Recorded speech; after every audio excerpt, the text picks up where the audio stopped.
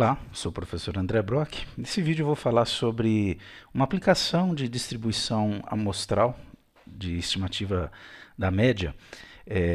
Aqui o contexto diz que a média de preços de um produto nos estabelecimentos comerciais de uma região, então uma média populacional, né, é igual a R$ 78. Eu tenho, portanto, que o MI, média populacional, igual a R$ 78. Essa é uma informação. Com desvio padrão populacional, é o sigma. Ele é igual a R$ 12. Então, você considera aí, né, por hipótese, essas informações populacionais.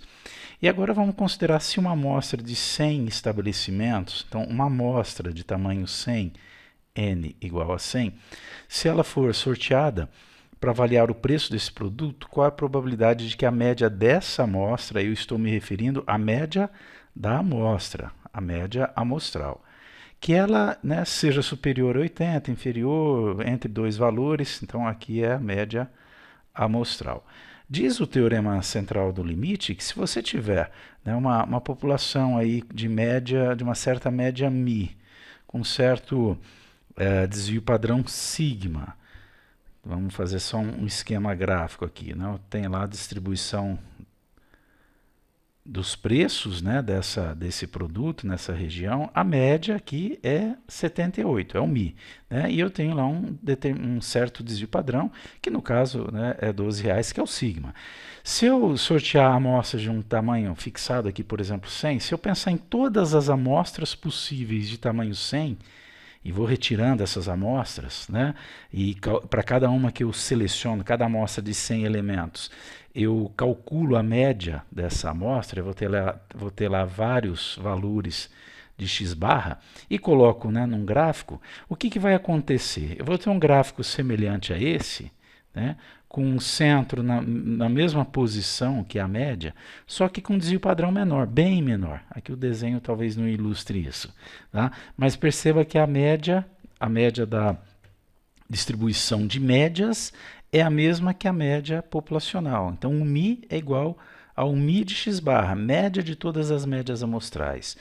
E o que acontece com o desvio padrão dessa distribuição de médias amostrais? É o erro padrão, é o sigma de x barra. Ou seja, o desvio padrão da população, esse sigma aqui, dividido pela raiz de n. Com essas informações, eu consigo calcular as probabilidades utilizando a tabela da distribuição normal.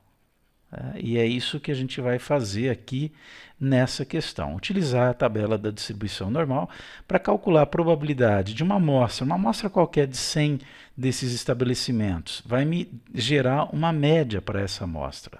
Né? Então, qual a probabilidade que essa média seja superior a R$ 80, inferior a 80, esteja entre 77 e 79, ou seja, inferior a R$ 77. Vamos lá, então. No primeiro momento, calcular a probabilidade de que a média dessa amostra seja maior que 80, superior a 80. Bom, vamos lembrar que aqui nós temos uma distribuição normal, cuja média da distribuição é igual à média populacional dada, que é 78. Tá? Então, isso daqui para nós é o μ, né? E que aqui vai ser o μ de x barra, a média de todas as médias amostrais. E qual que é o desvio padrão aqui, que é o erro padrão, sigma de x barra? É sigma sobre raiz de n.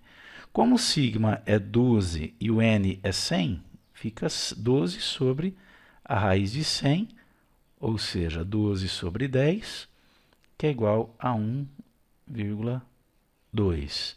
Esse é o desvio padrão da distribuição que nós vamos considerar. Eu quero saber a probabilidade dessa média ser superior a 80. 80 está à direita do 78, né? Aqui nós temos 80. Tá? Eu quero saber essa área aqui. O que nós vamos fazer? Obter uma distribuição padronizada, aquela que está representada na tabela da distribuição normal, né? Aquela em que a média é zero, né? A média da padronizada é zero e o desvio padrão é 1. Então, essa distância que nós temos da média aqui, do 78, né, até o 80, essa distância varia para cada aplicação. Depende da média, depende dos valores, depende da escala, do que você representa.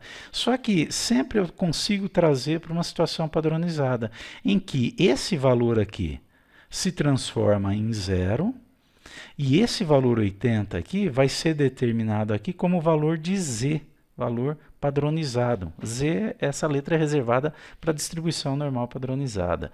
E essa distância aqui, ela é avaliada em desvios padrões, né? Se for um desvio padrão aqui, o z é igual a 1. Se forem 2, o z é igual a 2, porque o desvio padrão aqui é 1. Tá? Bom, de 78 a 80 são 2 unidades, são R$2. Tá? Mas qual que é o desvio padrão aqui, ou o erro padrão nesse caso? 1,2. Então, o valor de z que eu vou obter aqui é um pouco mais que 1. Né? Porque 1,2 aqui de 78 mais 1,2 vai dar 79,2.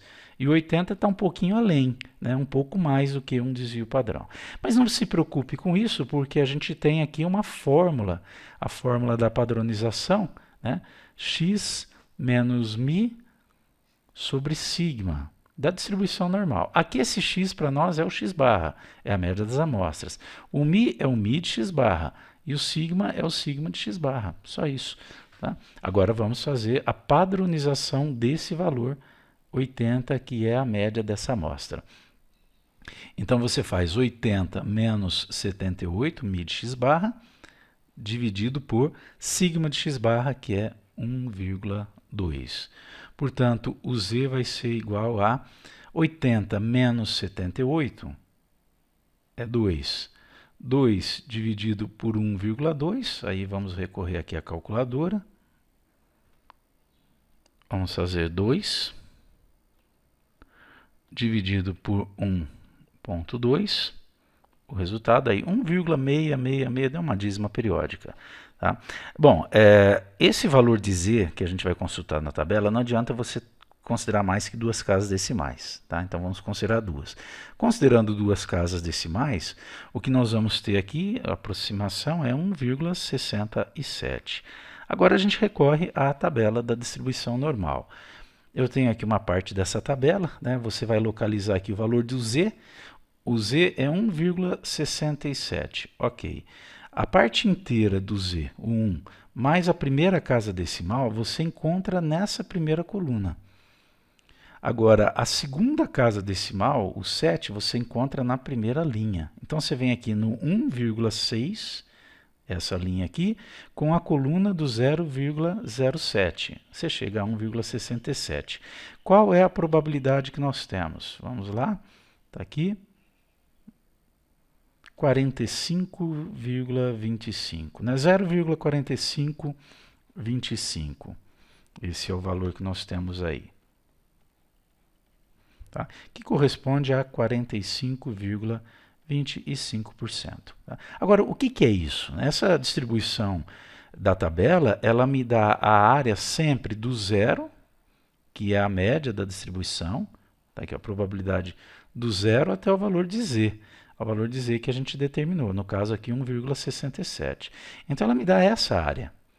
Essa área corresponde a 45,25% da distribuição.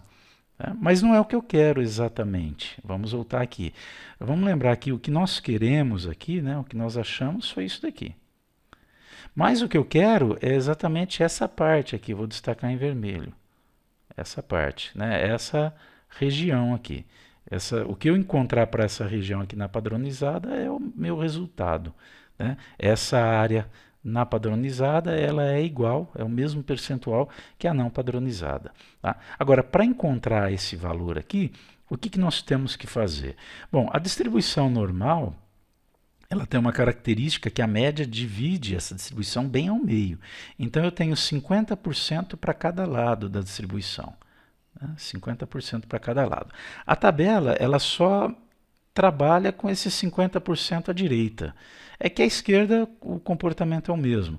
Bom, o que eu encontrei, os 45,25%, essa área, só um minutinho que está falhando aqui a caneta, essa área aqui, 45,25%, tá?